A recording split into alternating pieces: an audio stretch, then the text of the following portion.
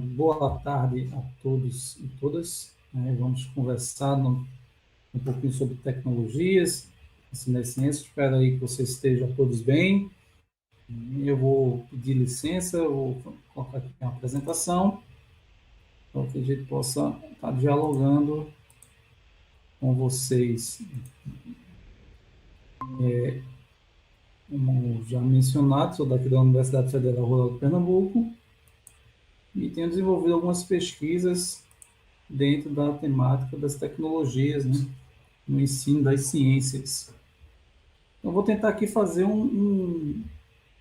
uma visão, né, um parâmetro do que era, que tecnologias eram mais utilizadas no passado, no presente, e no futuro tentar fazer uma projeção, né, de que tecnologias podem estar aí sendo bastante utilizadas no contexto do ensino das ciências e no ensino de uma forma geral.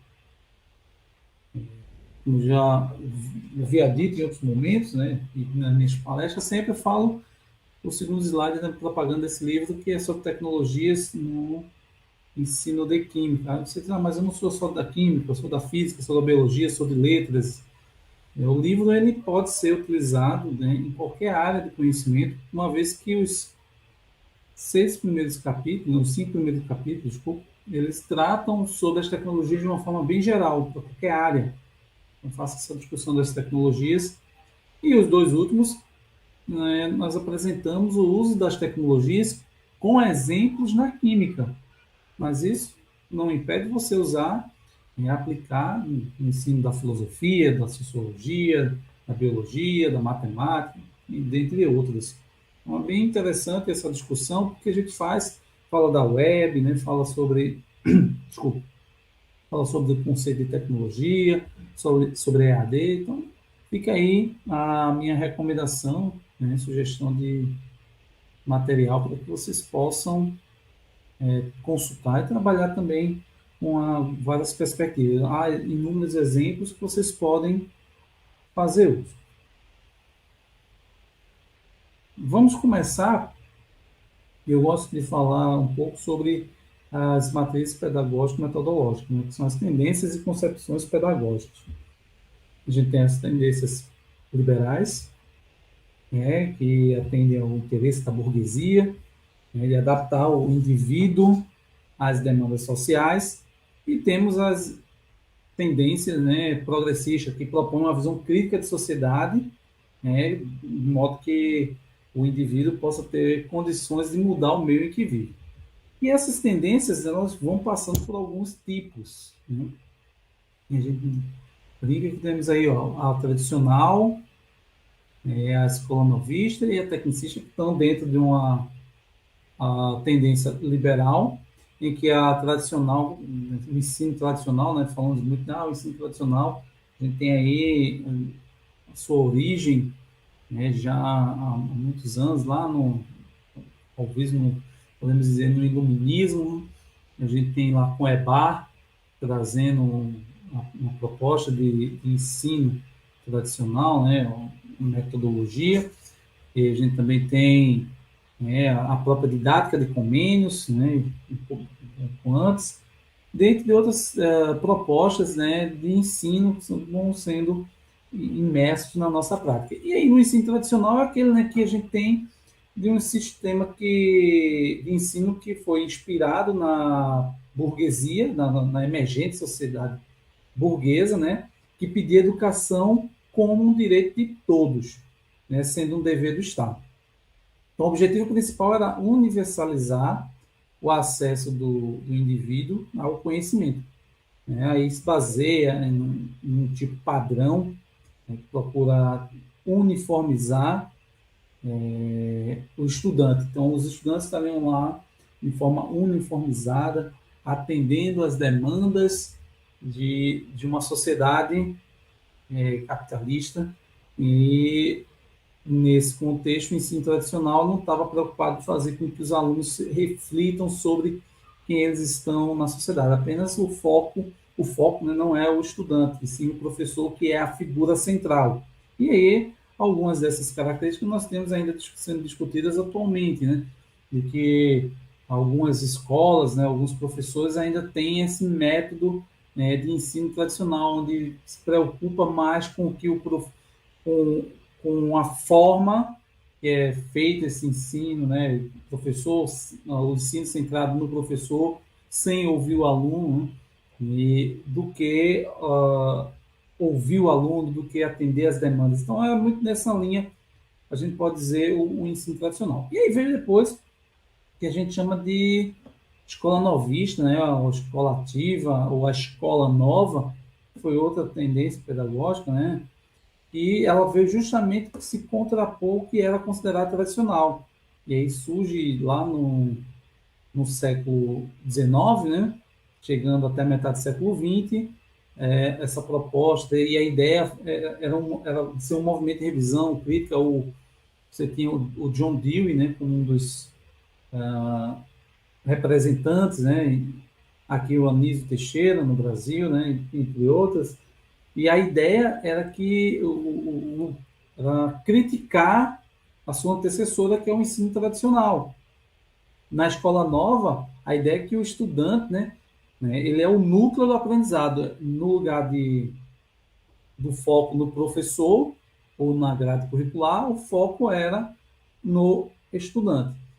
O professor era um facilitador da aprendizagem, que auxiliava no desenvolvimento, do estudante. Então, o professor, ele, né, tecnicamente, digamos assim, ele não deveria ensinar, mas criar situações para que os estudantes aprendessem. Então, o aluno, né, o estudante era o centro do processo de ensino-aprendizagem, o ser ativo. São uma das características da escola ativa. Tá?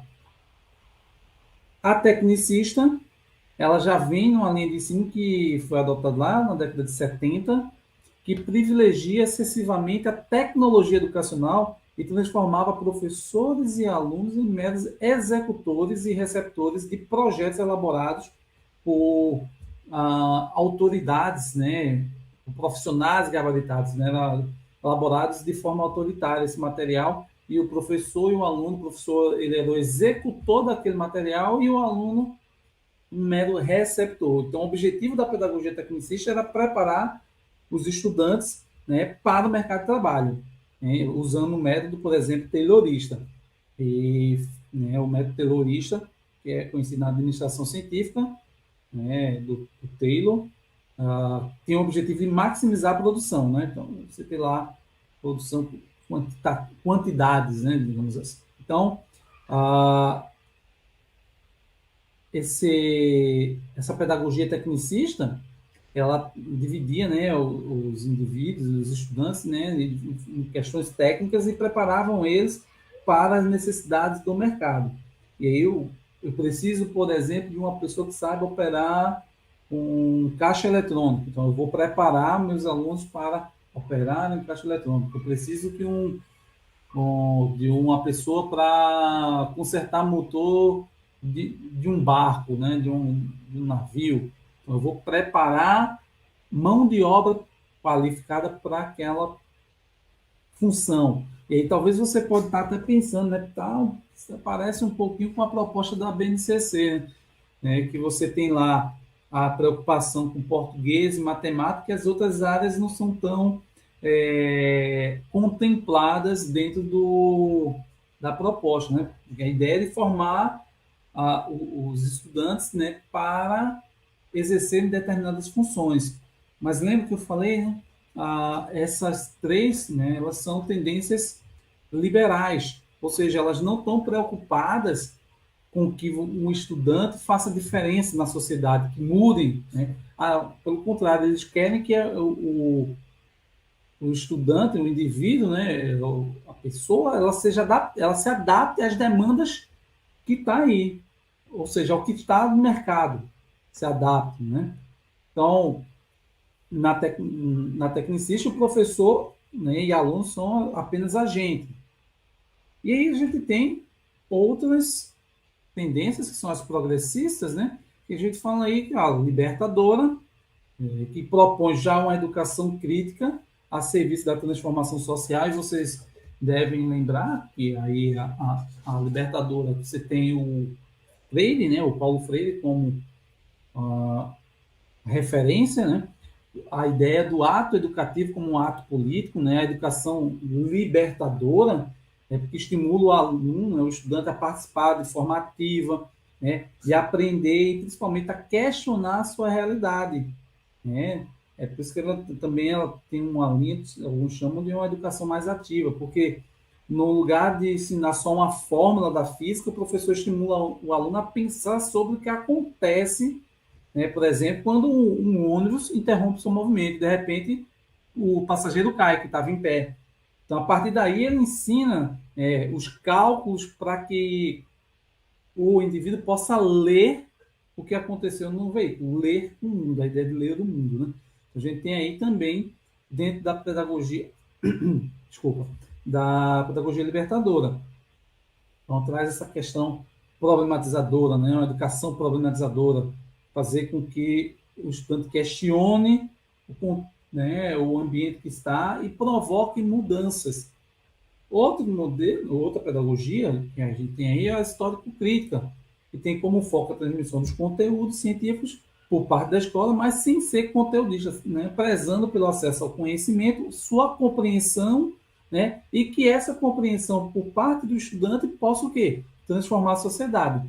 A ideia da pedagogia histórico-crítica, né? A educação escolar ela é valorizada. Tem um papel, a escola tem um papel desculpa, para garantir os conteúdos que permitam os alunos, né, os estudantes, a compreender e participar de forma crítica na sociedade. E a crítica social dos conteúdos, ou sociocrítica, ou sociocultural, né, ou sócio-histórico crítico, né, ou sócio-histórico cultural, crítica não, desculpa, sociocultural, e depende, ela traz assim a ideia, né, de defender a função social e política da escola. Tem que garantir as condições para uma efetiva participação nas lutas de classe. A escola tem a tarefa, né, o dever de garantir a apropriação crítica do conhecimento científico universal, né, e o conhecimento científico e universal, tornando-se esse conhecimento científico e universal uma arma, né, para agir na sociedade. Né? Uma arma importante de luta. Para quê? Para modificar a sociedade, para diminuir as desigualdades, né? Para poder fazer diferença, mudar aquela sociedade na qual nós estamos imersos. Então, a gente percebe essa diferença entre essas pedagogias, né? Essas tendências, e por que eu estou falando dela? Porque o uso das tecnologias ela acaba passando, dependendo de quem está utilizando, o professor ele pode usar as tecnologias dentro de uma perspectiva mais tradicional ou numa perspectiva histórico-crítica, libertadora, tecnicista, né, crítico social de conteúdo. Então, isso é interessante entendermos que, dependendo da forma que eu vou utilizar, a tecnologia ela vai ter uma tendência, né, uma perspectiva, né, uma tendência pedagógica assim, por trás dela, do seu uso. Então é importante a gente tentar um pouco compreender como elas são, essas tecnologias, como elas podem ser aplicadas dentro de um processo de ensino e aprendizagem. E aí, outro ponto, eu brinco, digo que a gente tem aí escolas do século XIX, professores do século XX, alunos do século XXI, porque o que seria uma escola do século XIX? Eu costumo dizer que a escola do século XIX é aquela que tem uma infraestrutura pré-determinada já, né? Que geralmente as escolas do século XIX se comportam assim. Você tem as cadeiras enfileiradas, você tem o professor em um local à frente para que todos possam vê-lo, e junto a esse professor tem um quadro que ele vai utilizar, tem o birô, né, a cadeira, a sua mesa, e em alguns casos ainda tem um elevado, né, para que o professor fique mais alto, justamente para dar visibilidade de toda a sala.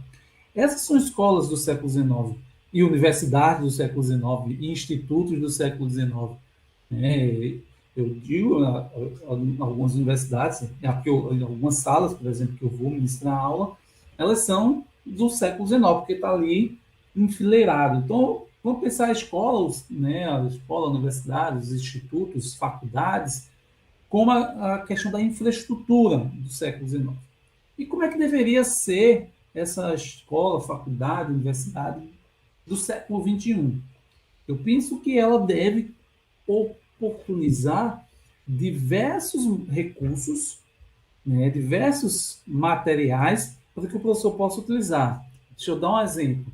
Eu, professor, sou professor de Química e vou estar ministrando uma aula de Química e eu quero mostrar um exemplo, né, um experimento. Então, eu não preciso pegar meus alunos, né? Obviamente depende do experimento, mas eu não preciso ir com meus alunos lá para o laboratório para mostrar um experimento. Dependendo do experimento, obviamente, dentro da minha sala eu tenho lá uma gaveta com alguns produtos, né, com algumas soluções que eu vou poder usar para exemplificar na minha aula. Eu sou professor de matemática, e aí eu ter lá, por exemplo, alguns materiais para usar, por exemplo, numa aula de geometria, né? Posso fazer uso de materiais. A ideia é que a infraestrutura da sala me oportunize o professor e o estudante a aprender de forma mais permanente, de forma mais ativa, de forma mais próxima. Então, eu tenho lá materiais, infraestrutura para que eu possa usar.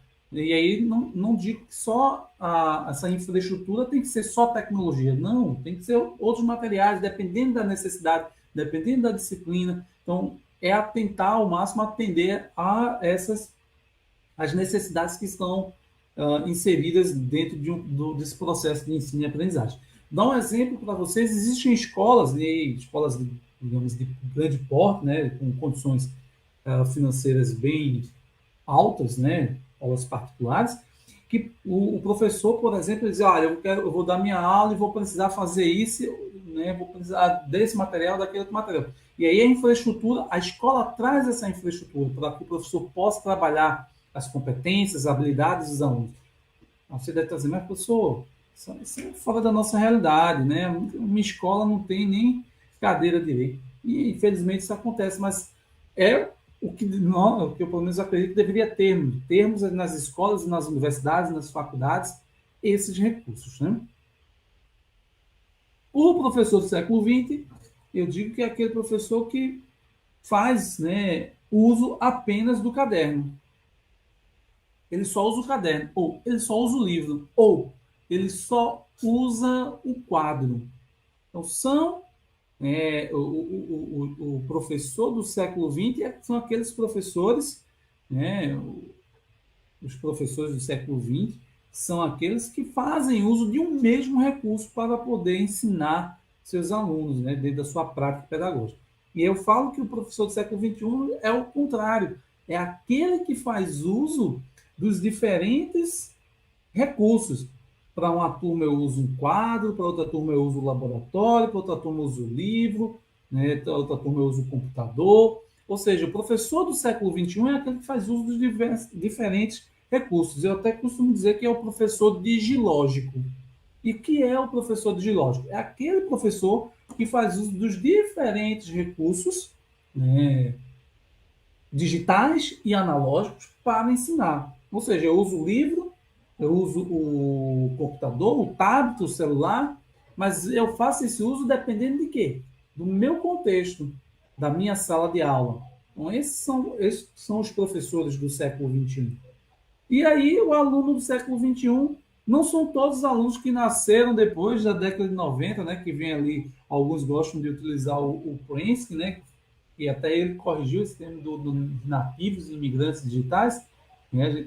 O LeCourne e White, eles falam sobre os residentes, né? E os visitantes digitais, e que a gente não classifica por idade, né? E a ideia de que não é um aluno que nasceu agora, que ele sabe usar tecnologia, ele é o aluno do século XXI, tá? Porque talvez vocês tenham tido experiências na, na sua turma, né, você que é professor, ou até você que é estudante, agora, né, e no sentido de que muitas aulas estão ocorrendo de forma virtual e os nossos alunos não conseguem fazer operações no celular para aprender. Né? Eles conseguem usar as redes sociais com propósito para eles, mas quando você dá uma tarefa para que ele realize usando as tecnologias, eles apresentam dificuldades. Então, esses não são alunos do século XXI, né? São alunos do século XX. Os alunos do século XXI são aqueles que fazem uso dos diferentes recursos para a sua aprendizagem. Cada estudante tem um estilo de aprendizagem diferente e eles acabam fazendo um uso das suas habilidades, né, de aprendizagem, seus estilos, para aprender. Então, ele usa as tecnologias de forma diferente, né, e usa diversas tecnologias para poder utilizar. Dentro disso, a gente tem aí, ó, você já parou para pensar o que são tecnologias? Né? O que é uma tecnologia? Para você, né, e para mim, talvez tenhamos uma mesma classificação, né, do que é tecnologia ou não, mas assim, a Wanikinsky, ela traz alguns apontamentos sobre o que é tecnologia, né? Tipo, a ciência que estuda os métodos e a evolução no âmbito industrial, um procedimento ou um grupo de métodos que se organizam, né?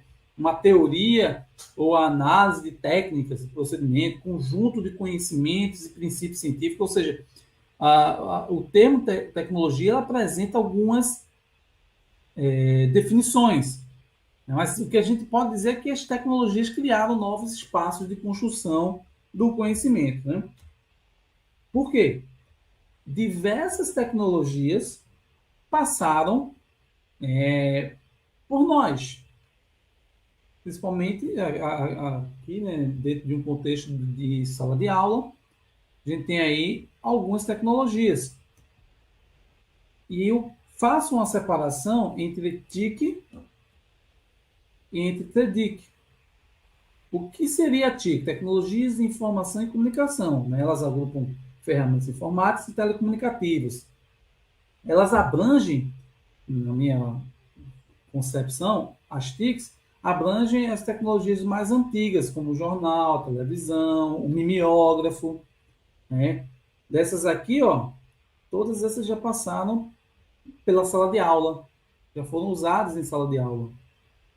Retroprojetor, mimeógrafo, data show, máquina de datilografar, fita VHS, fita cassete, projetor de slide.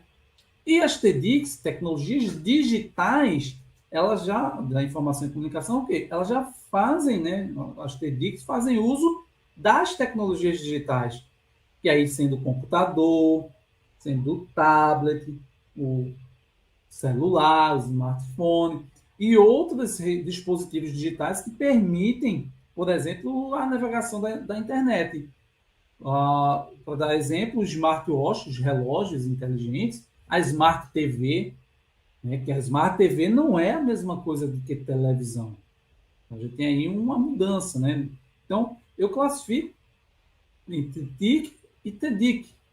Então, essa diferença de tecnologias de informação e comunicação são as vintages, né, as mais antigas, e as TEDx são essas mais atuais que fazem uso das tecnologias digitais, né, de informação e comunicação. E, além disso, eu faço também uma separação, né, digamos assim, em três pilares, junto com o Leão, né, que também fala sobre isso. Né, na verdade, eu me inspirei na fala do Leão, Leão 2011, ele traz essa discussão, de que o uso das tecnologias na educação, elas devem ser realizadas é, considerando esses três pilares: a realidade, a adição e a estratégia. A realidade é o contexto que o estudante, né, que o professor vai estar. Por exemplo, na minha escola não tem nem cadeira, não tem quadro, não tem material para dar aula, porque eu vou aprender a usar a tecnologia, se lá nem material tem. Então, Mas pode acontecer de repente vir um material novo, né, chegar na escola e você, professor, não está preparado. Então tem que estar capacitado, ter uma formação para isso, para usar as tecnologias. Então, minha realidade não permite, mas eu tenho que estar preparado. Eu dou um exemplo, e eu acredito que alguns vão lembrar, tivemos aí o projeto, né, um projeto do governo federal, que foi trazer o tablet, né, tablets, né, foram distribuídos para as escolas. E aí as escolas começaram a receber o tablet. Só que aí tem um detalhe, né, não sei se aconteceu aí com vocês, onde vocês estão, na região que vocês estão, mas em Pernambuco aconteceu dessa forma. Os tablets foram entregues para os alunos lá no finalzinho do ano letivo, para início do ano, né? E os professores receberam o tablet já quando estava no mês de março, já, ou seja, já estava andando o semestre, o ano letivo. E um outro problema, veja, não houve uma capacitação por parte do governo. E o que acontecia? Esses tablets eram Linux. E quem usa Linux? São poucas as pessoas que fazem uso do Linux, né? Os professores. E aí, o que aconteceu? Esses professores acabaram parando de usar. Não usavam por quê? Não é porque eles não queriam, porque não houve capacitação e eles estavam usando um sistema que eles são pouco familiarizados. Então, o que acontece? O que aconteceu, né? Os políticos, no ápice da sua inteligência, eles foram dizer assim, olha, tá vendo? A gente comprou, botou tecnologia, modernizamos a sala de aula e os professores não usaram. Mas esquece de dizer assim, não houve uma capacitação. Então é importante essa capacitação, essa formação para uso. Minha realidade hoje não permite eu usar a tecnologia, mas daqui a um tempo eu posso estar com essa com condições, pode acontecer uma melhoria, eu mudar de escola, ou a escola também sofrer, né, um upgrade. Então, eu tenho que estar preparado. O segundo ponto é a adição. É entender que a tecnologia ela deve ser utilizada como uma adição, não como uma substituição. Ela não vem para substituir o professor. Ela pode até substituir aquele professor que só usa o quadro, aquele professor que só usa o vídeo, que só usa o caderno, só usa o livro. Para esse sim a tecnologia pode substituir. Mas para aquele professor que está atualizado, que está sempre se renovando, não, as tecnologias elas vêm para somar. E esse é um pensamento que devemos ter. E o terceiro é a estratégia. Esse é o ponto, um dos pontos que eu considero principais, que eu tenho que usar as tecnologias por meio de estratégias. Não é apenas usar a tecnologia por usar, eu tenho que ter uma estratégia por trás. Como eu vou usar essa tecnologia? De que forma eu vou usar essa tecnologia? Então, eu tenho que ter uma estratégia baseada para fazer com que o meu aluno ele estude, ele possa aprender usando aquela tecnologia, né? A partir do uso das estratégias que eu vou propor, certo? E aí, como é que essas tecnologias podem nos ajudar? Eu gosto de usar esse slide porque, assim, ainda tem professor que trata a informação na sala de aula como se ela fosse um bebedouro em um deserto. A informação aqui, ó, vindo do deserto, e eu, professor, vou instruí-los. Nós estamos hoje em um dilúvio de informações, né? E tínhamos, né, como professores, estarmos ensinando as pessoas a nadar.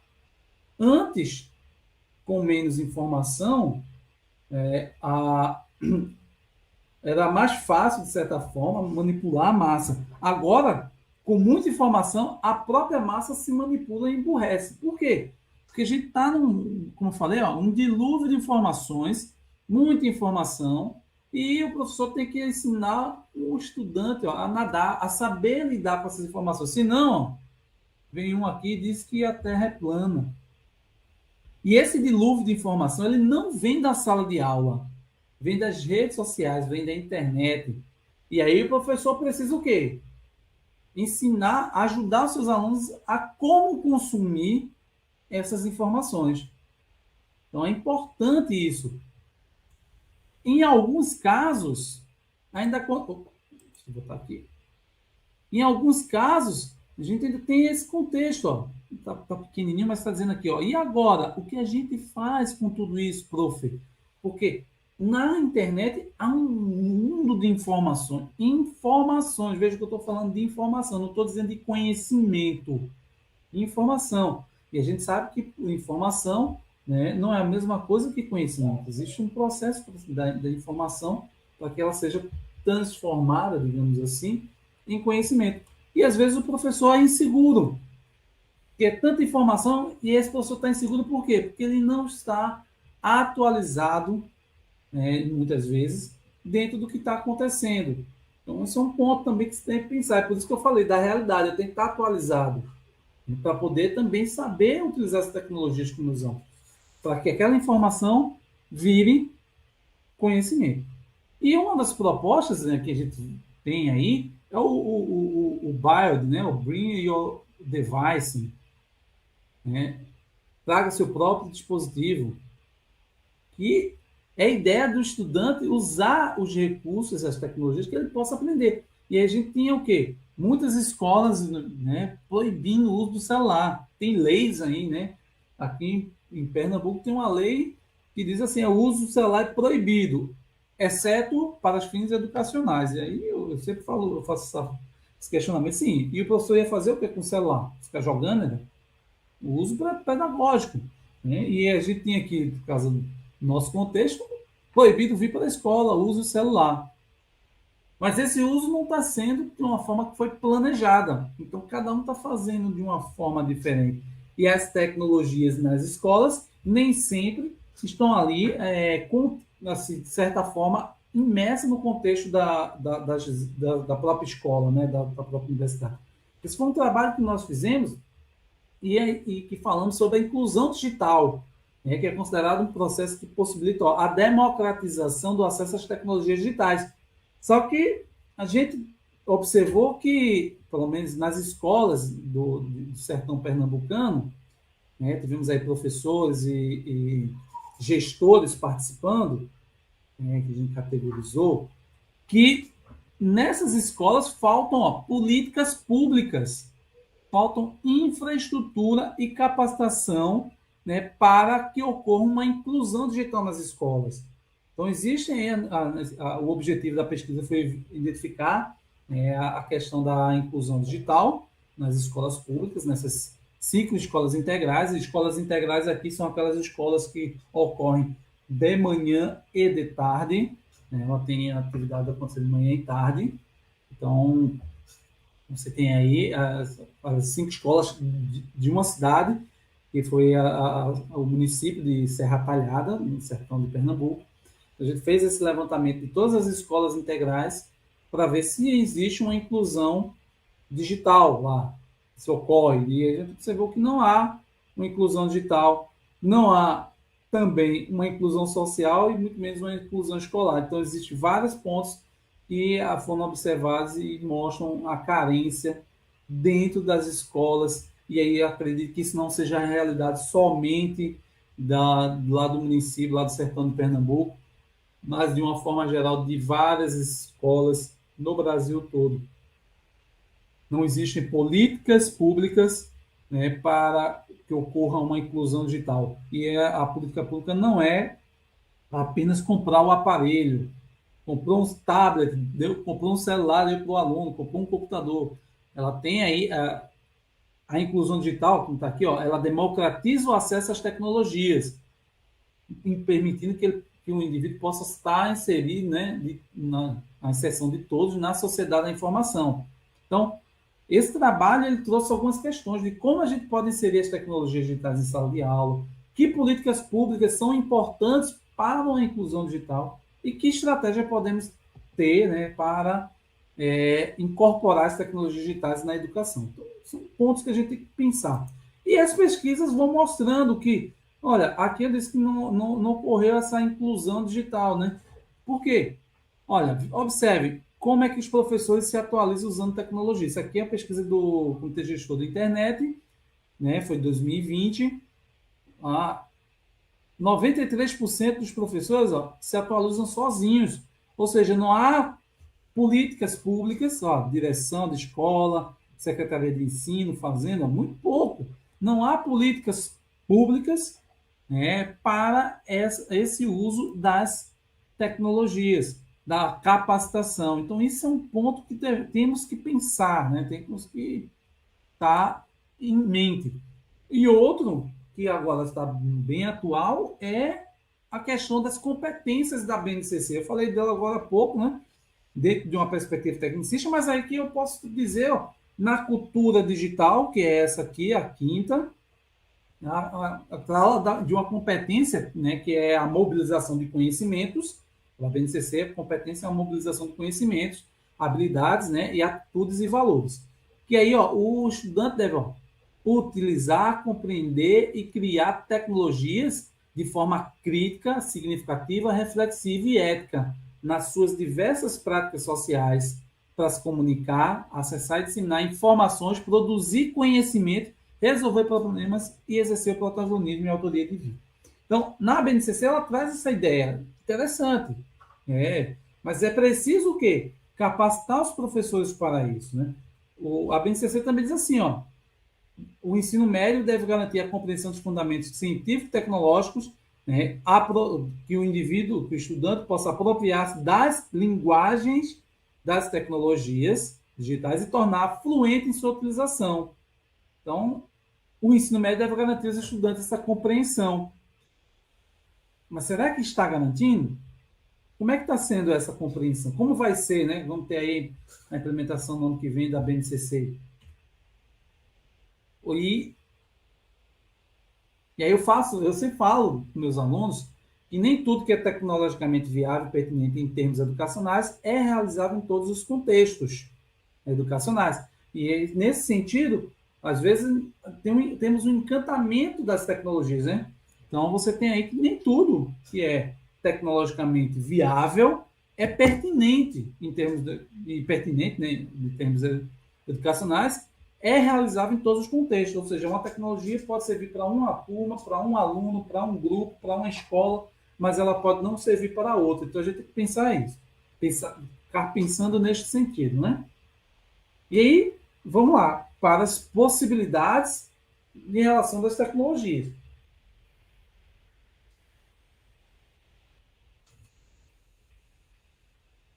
A gente pode usar as tecnologias, né? Existem diversas, botar os alunos de cabeça para baixo, jogar vídeos, enfim. Como é que era? Então, vou fazer aqui um parênteses com um desenho, com os Flintstones, né? Para falar do passado e do presente, porque algumas dessas tecnologias do passado ainda são usadas no presente. E aqui você vê o Flintstone com algumas tecnologias, né? Aqui é o delivery, né? Que ele vai lá buscar. Aqui, o carro deles, né? O jornal, né? Aqui, costurar e passar, né? A tesoura, máquina, enfim. Então a gente tem aqui, os vídeos. Os vídeos foram e são utilizados como um recurso para o ensino e aprendizagem. Eu trago aqui alguns trabalhos que nós fizemos usando vídeo. Eu fiz aqui esse da aprendizagem tangencial, né? Por que eu devo utilizar o vídeo? O vídeo pode ser utilizado para introduzir um assunto, motivar, ilustrar ou concluir um trabalho de ensino e aprendizagem, né? O uso do vídeo ele permite uma abordagem contextualizada e interdisciplinar, né? Dependendo do conteúdo que eu vou trabalhar. Ele também ativa o imaginário, né? Pode contar histórias, né? Situações, pode ajudar a observar fenômenos. Então, vai depender muito do que você quer fazer com o vídeo, mas ele dá para fazer em inúmeras situações. Esse trabalho aqui, no ensino da ciência, a gente faz uma discussão sobre filmes que podem ser utilizados, né? Filmes que podem ser utilizados para o ensino, aqui no caso, do ensino das ciências, né? Então, que tem lá os conceitos científicos. Então, o que é que aconteceu? Os estudantes fizeram um levantamento, pesquisaram e apontaram filmes. Então, tem 46 filmes, se eu estiver enganado, são 44. E ele lá tem lá o filme do Homem-Aranha, filme do Homem-Formiga, do Homem de Ferro, dos Vingadores, tem os filmes Escritores da Liberdade, né? Tem vários filmes de vários gêneros, né, relatados aqui nesse artigo, em que a gente a gente mostra, né, as possibilidades de utilizar um vídeo, um filme para ensinar ciências.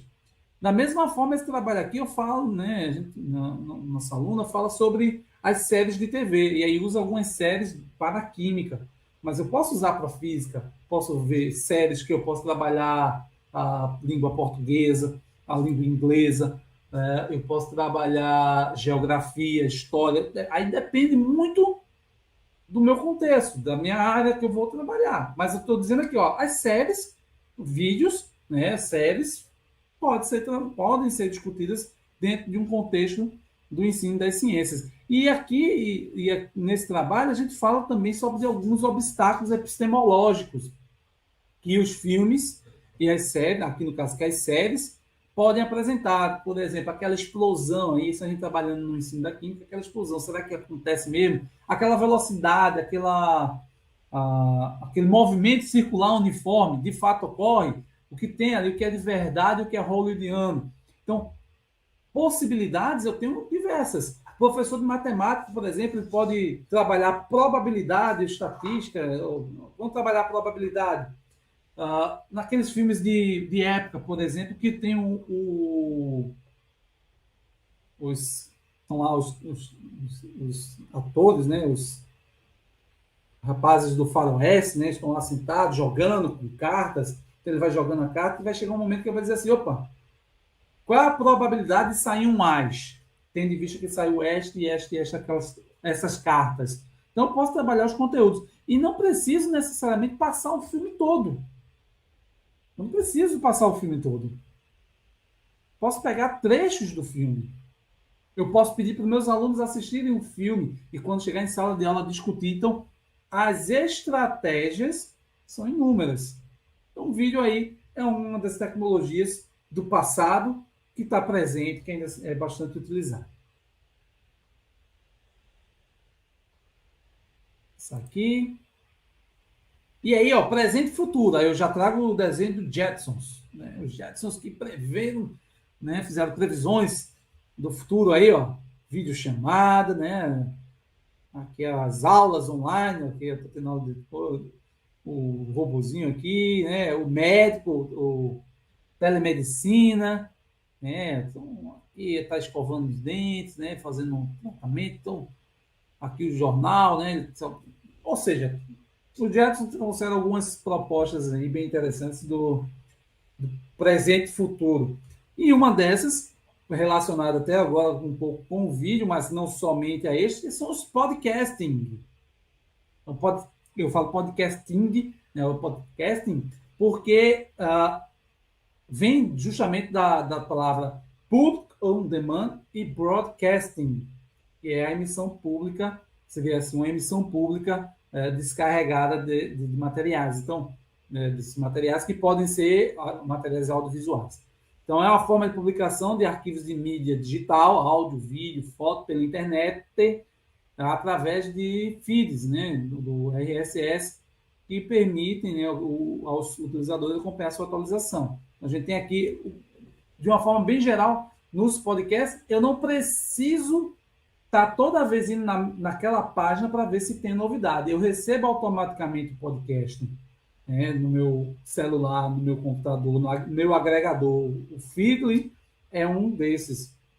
Então, existem o SoundCloud, né, também, a gente tem o Google Podcast, o iTunes. Então, existem vários agregadores que eu faço minha inscrição, é feita uma inscrição de jornal, né, ou de revista, né, que agora praticamente também quase ninguém faz mais, né. Mas antigamente a gente fazia o quê? A gente fazia fazia a assinatura do jornal e todo dia eu recebia aquele jornal na minha casa, ou a revista, né. Eu não precisava ir na banca comprar o jornal.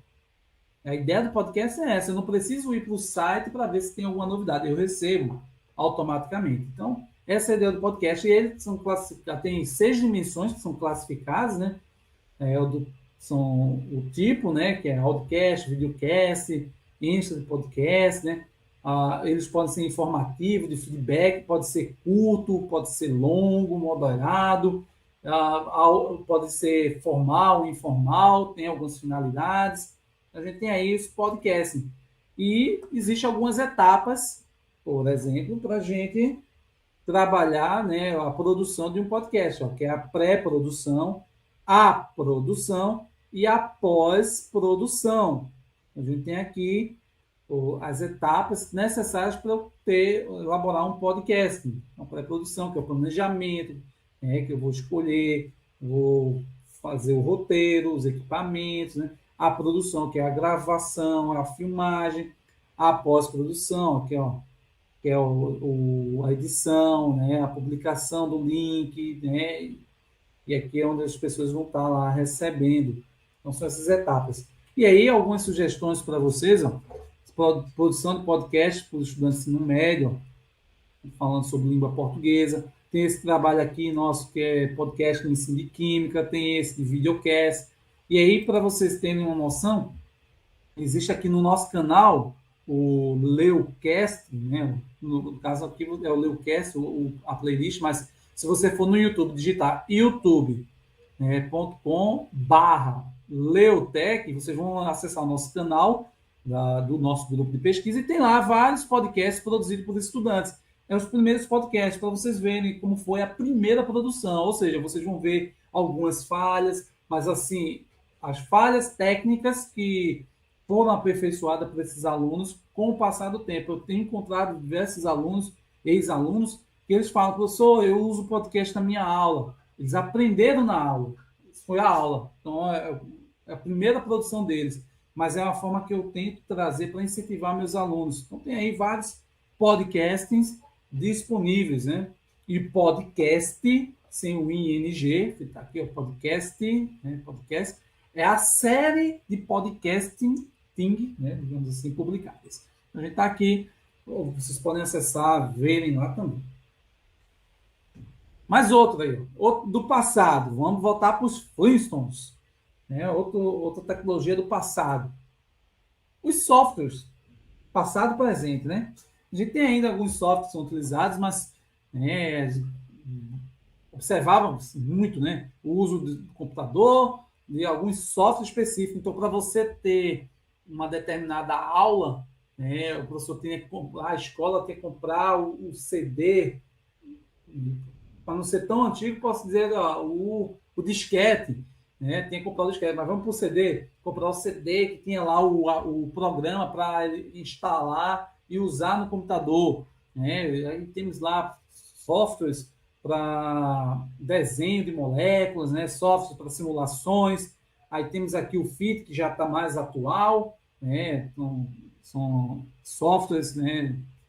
Permídias, podemos também dizer, disponíveis lá no online, né? No site do PIT, do PET, né? Do Colorado, da Universidade do Colorado, né? Então, temos lá diversos softwares que eram utilizados, ainda são alguns, mas quase a gente não observa esse, por exemplo, como era nesse período de você precisar ter o CD para instalar.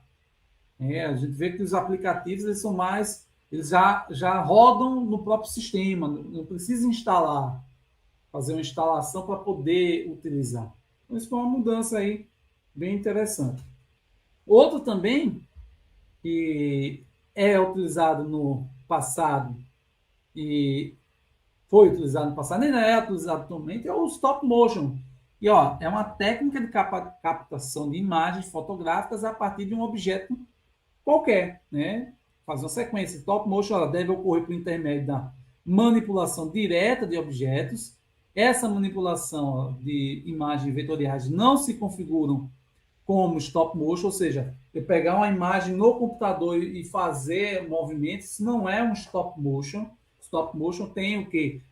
O objeto físico, na manipulação desse objeto físico, E a ideia do stop motion, ó, os objetos que irão compor imagens animadas devem existir fisicamente. Então, esse é o stop motion. Tá? E a animação ó, do stop motion ela tem que respeitar em média de 15 a 30 fotos, quadros por segundo. Então, quando a gente realiza várias fotos de quadro a quadro, causa lesão de movimento. E esse movimento né, ele é criado a partir de imagens paradas, o stop motion. Aqui é um artigo nosso que a gente fala sobre o stop motion produzido por estudantes. Vocês podem ver depois aqui nessa revista, Química Nova na Escola, né? Botar stop motion no ensino de Química, possivelmente vocês veem esse trabalho. E aí serve como também orientação para você trabalhar no ensino das ciências, na biologia, na física, né? Na matemática, e também nas outras áreas, em português, história, geografia, por aí vai. Então, a ideia do stop motion são fotos e o interessante é porque o estudante ele acaba sendo criativo ali para produzir aquele material. Então, isso é uma forma bastante pertinente de trabalhar com os seus estudantes, né? Do professor trabalhar em sala de aula. Então, está aqui, ó, lá no Leutec também, temos aqui alguns stop motions né, disponíveis. E uma outra também, ó, passado e ainda atual, que é a história em quadrinhos. Né? Que a história em quadrinhos é uma arte sequencial formada por dois signos gráficos, a imagem e a escrita. Então a gente tem aqui, né, que tem lá as onomatopeias, né, palavras que procuram produzir ruídos. Então você tem história em quadrinhos, e aí tem um trabalho nosso, na verdade dessa revista Ludicintário, que é de ensino das ciências, em Lavar, falando sobre o lúdico, né? Então a gente publicou lá essa história em quadrinhos, e a gente retrata aí ó, a construção dos estudantes de história em quadrinhos. E aqui a gente já moderniza um pouquinho, porque essa história em quadrinhos já estão usando as tecnologias, ó, usando a Pixton e o Tundum, que são dois sites que permitem você elaborar história em quadrinhos. Então tá aqui, ó, história em quadrinhos. O aluno faz uma história, tem que ter lá, ou o professor, uma história, uma narrativa, e isso envolve o estudante. Ele acaba se envolvendo, tendo curiosidade, querendo responder, né, querendo compreender aquele fenômeno. Então, isso é uma estratégia interessante para o uso das tecnologias. Né? Oi, e agora a gente vai presente, futuro, de novo com Jetsons, e aí eu vou falar do que tem mais, digamos assim, do mais atual, que é a aprendizagem móvel, né? Que é uma modalidade educativa que, a partir do uso de dispositivos móveis, facilita a construção do conhecimento, né? A resolução de problemas e o desenvolvimento de algumas habilidades. Então, a Unesco, por exemplo, ela diz que a tecnologia móvel ela facilita o aprendizado do estudante em qualquer lugar, em qualquer e a qualquer momento. E a gente pode dizer isso, né? Ó, como é que eu posso utilizar os dispositivos móveis? Dispositivos móveis, aí é o smartphone, os tablets, né? O notebook também é um dispositivo móvel, né? E dentre outros. Então, o uso dos dispositivos móveis, eles facilitam, né, o processo de aprendizagem, né, de construção de conhecimento dos alunos. Em sala de aula, quando eu posso usar, ó, por exemplo, para jogar, mas um jogo pedagógico, um jogo relacionado com o conteúdo que você quer abordar. A fazer imagens, né, usar imagens, fazer testes, para editar um lá do podcast, como eu falei, alguns dos meus alunos fizeram a edição pelo celular. Eles gravaram com o celular e editaram com o celular. Tá? Pode usar para traduzir, pode ler um livro, um artigo científico, pode consultar dados, pode gravar voz, pode rever o conteúdo, né? Pode publicar, né? Ou seja, né? Pode usar como calculadora. O uso do dispositivo móvel em sala de aula pode ser de diversas formas. Então, a aprendizagem móvel ela permite, né, o uso dessas lá, eu falei um pouco antes. O professor, por exemplo, está na sua aula, está ministrando sua aula, e aí, de repente, ele faz o quê? Ele, né, o estudante está lá com o celular e ele vai lá e, professor, eu vi aqui que esse material, né, tem isso, faz uma complementação, faz um questionamento. Isso promove e enriquece a aula. É entender o seu uso. O estudante vai lá questionar, o professor vai trazer discussões. Então, o professor pode dizer, ó, está trabalhando no assunto, dizer, ó, dê uma pesquisada sobre isso. Né, um conteúdo extra que está relacionado com a temática da sala de aula, o aluno pode pesquisar no celular, ver informações, pode se discutir até sobre essas informações que estão na internet, né, porque às vezes alguns estudantes pensam que a internet é a base, né, é o dicionário, o livro, né, como se fosse o grande livro dos saberes, que não pode ser contestado. Então, o professor pode trabalhar, né, olha, perceber que tem alguns conteúdos que são desinformados em alguns locais, por exemplo, na Wikipédia, às vezes acontece isso, e uma definição não está muito correta, ou ela está lá copiada apenas, sem ter uma clareza, e ele pode trabalhar isso, mostrar que ó, o ponto crítico de se posicionar, né, do estudante ler, refletir, investigar. Então, isso tudinho faz com que o uso dos dispositivos móveis contribua para uma aula mais ativa, mas uma aula mais participativa. Outro ponto, ver aqui. Aqui, esse foi um artigo que eu publiquei no ano passado, na revista Ciência e Foco, e eu falo sobre aplicativos para aprendizagem móvel. Eu fiz um levantamento, mas aí voltado para o ensino de química. Então eu percebi que existiam vários tipos de aplicativo de tabela periódica, de quiz, de nomenclatura, de laboratório, né, de inorgânica. Então eu faço uma discussão sobre os mais aplicativos que foram mais baixados lá na Google Play. E além disso, eu faço também a apresentação de alguns aplicativos produzidos por nossos estudantes, tá? Né, nosso grupo de pesquisa. E aí eu vou passar bem rapidinho, mas para não dizer que não falei, você podem acessar o nosso site do Leutec, ou você pode digitar bit.ly/quizmica, Quizmica Rad, que vocês vão poder baixar alguns quizzes, né, de química, aqui de radioatividade, termodinâmica, ou você botar lá no Google Play, né, e digitar Leutec, aí vai aparecer todos os aplicativos produzidos pelo nosso grupo, né, pela nossa grupo de pesquisa. Então a gente fala um pouquinho aqui, esse é um artigo falando sobre a construção desses aplicativos, né, foram por estudantes do curso de licenciatura, não foram estudantes do curso de computação que fizeram. Então isso é bem interessante porque você tem aí digamos, uma ampliação, né, das habilidades, das competências que nossos alunos tiveram, eles precisaram aprender para utilizar. Outro também está bastante atual, o Jetsons aí, é a realidade virtual e aumentada. Então, a gente tem aí possibilidades, né, de trabalhar a realidade virtual e aumentada no ensino das ciências, né, no ensino das artes, no ensino de história, no ensino de geografia. Ou seja, vocês podem trabalhar a realidade virtual e aumentada dentro de um contexto de sala de aula. E essa imersão faz com que o aluno esteja mais participativo quando você tem uma proposta de atividade de realidade virtual ou realidade aumentada, certo?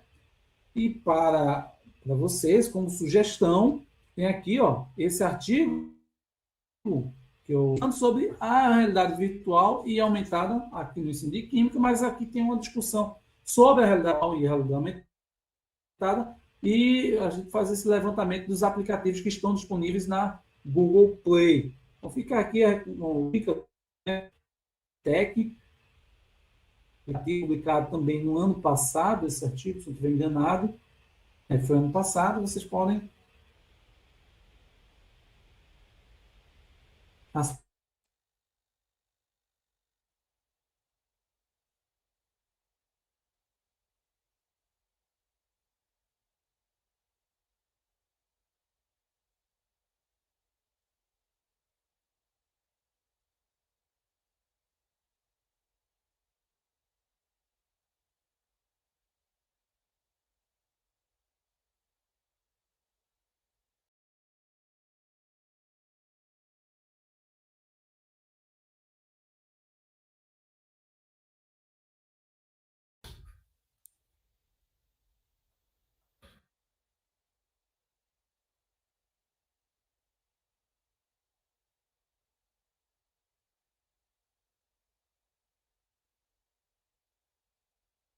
Ops, voltou? Voltou, professor. Não, tô aqui. Deixa eu voltar aqui para a apresentação. Deve ter acontecido alguma coisa aqui que ele desligou e voltei. Então, nesse daí a gente fizemos, né, um trabalho, o uso do WhatsApp, né, que é possível você trabalhar também qualquer outros conteúdos, né? Da mesma forma, esse trabalho aqui que a gente traz é sobre o uso do celular para, desculpa, para fazer algumas pesquisas, né, usando o mobile learning, a aprendizagem móvel, e aqui nesse caso foi discutindo sobre calor e outros conteúdos. E, né, a gente tem tanto a perspectiva dos Flintstones, que a gente pode falar que estamos observando, né, do passado, de algumas tecnologias, e também dos Jetsons, que são mais recentes, onde é que eu digo para vocês, para fechar essa minha fala, já vi que a aula passou, uh, do uso das tecnologias com as metodologias ativas.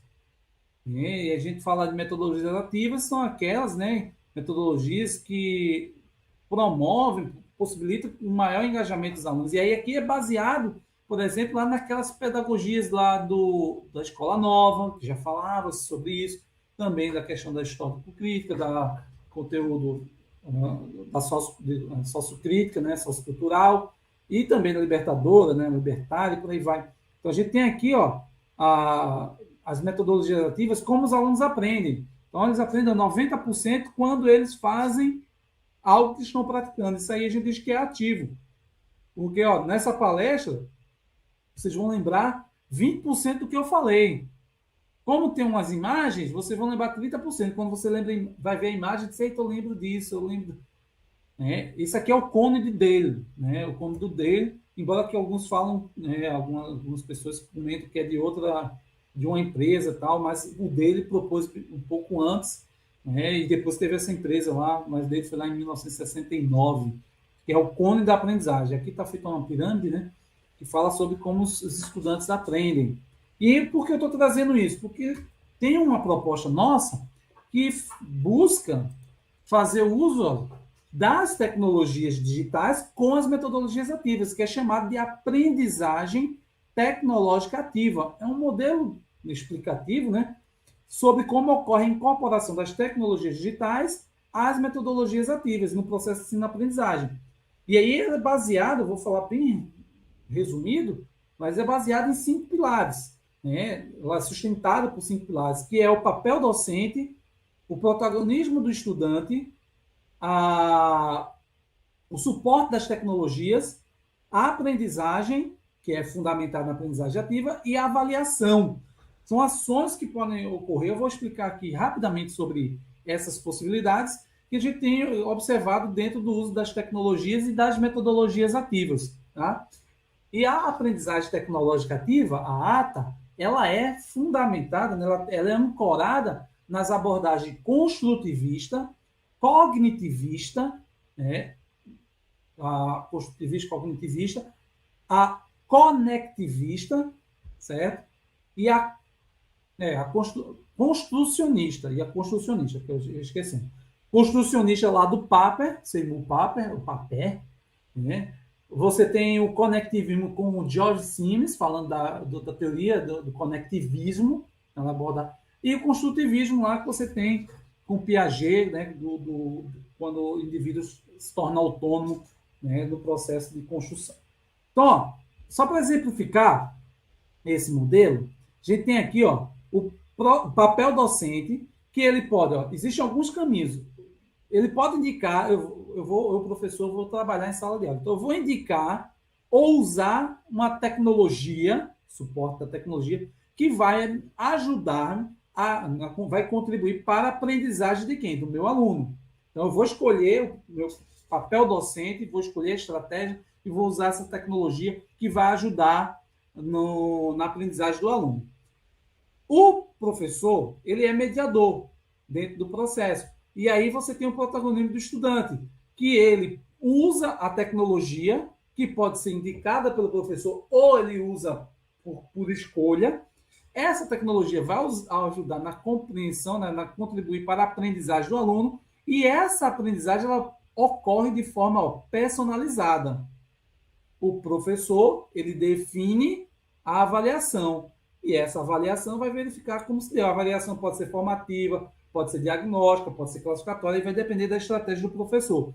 Essa aprendizagem ela é fundamentada na aprendizagem ativa, mas ela pode ocorrer, por exemplo, uma aprendizagem individual ou uma aprendizagem colaborativa, vai depender de que estratégia eu vou usar com meus alunos. Então, para dar uma noção para vocês, eu vou passar aqui o próximo slide, que esse é um artigo que foi publicado esse ano na revista Vidia, que é Tecnologias Digitais e Metodologias Ativas, que são as conhecidas pelos professores. Então, essa pesquisa ela mostra um levantamento com quase 1.000 professores de 18 metodologias. Então, né, vocês vão ver aí 18 metodologias que são apontadas pelos professores que responderam ao questionário, né, que foi feito.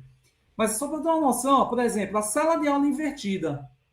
Veja que na sala de aula invertida, todo o processo realizado da sala de aula invertida, ela pode ser ancorada e justificada e explicada pela aprendizagem tecnológica ativa. Por quê? Primeiro, papel docente. O professor vai preparar o material, definir como vai ser a estratégia. Protagonismo do estudante. O estudante vai ter que estudar o assunto em casa, fazer toda aquela preparação e vir para a sala de aula. Ele pode estudar, ele pode consultar a tecnologia, ele pode usar a tecnologia que o professor indicou, ou usar deles, né, vídeos, etc. Também, ou, por exemplo, PowerPoint, enfim, vai depender da estratégia do professor. Aí a aprendizagem ela vai ocorrer dentro desse processo, né? Aí vai depender, pode ser individual, pode ser uma aprendizagem ativa, pode ser colaborativa, ela pode ser uma aprendizagem social, lá do Bandura, vai depender, depende muito de como foi a estratégia. E aí o estudante, quando vem para a sala de aula, vai tirar dúvidas, vai ter o diálogo, né, que o professor vai mediar aquele processo para que o aluno possa construir seu conhecimento, e o estudante vai ter a aprendizagem ocorrendo de forma personalizada. E aí o professor vai fazer uma atividade, pode fazer uma atividade, que aí depende de como ele vai querer, para avaliar esse processo. Então, está aqui, né, eu falo, né, dessas propostas de metodologias ativas que podem ser utilizadas com tecnologias digitais, tá? Aqui são as metodologias ativas que podem ser utilizadas com as tecnologias digitais, estão incorporadas com as tecnologias digitais, e aí, nesse caso, são ancorados, né, sustentados pelo modelo da aprendizagem tecnológica ativa. Então, o modelo da aprendizagem tecnológica ativa contribui e facilita para esse processo de o professor ter suas ações, o estudante também está ali participando e promover uma aprendizagem mais ativa. Então, eu vou encerrar aqui, por causa da hora, mas eu agradecer a vocês pela atenção, certo? Quiserem falar comigo, tem aqui, né? Vamos ver aí como vai ser a dinâmica comigo. Mas aqui o site do grupo de pesquisa, o leutec.frp.br, nosso Facebook, o nosso YouTube. Aqui, o YouTube você pode colocar Leutec, né, que já vai direto, não precisa digitar esse daqui, embora também vai dando do mesmo jeito. Na Google Play. E se quiser falar comigo, diretamente comigo, você pode aqui, ó, ver essa foto, vocês vão ver essa foto, que aí é o Facebook, o Twitter e o Instagram. E também tem o Instagram do nosso grupo de pesquisa, que é @grupo.leutec. É o nosso Instagram do grupo de pesquisa. Sigam-nos por lá e vamos conversando.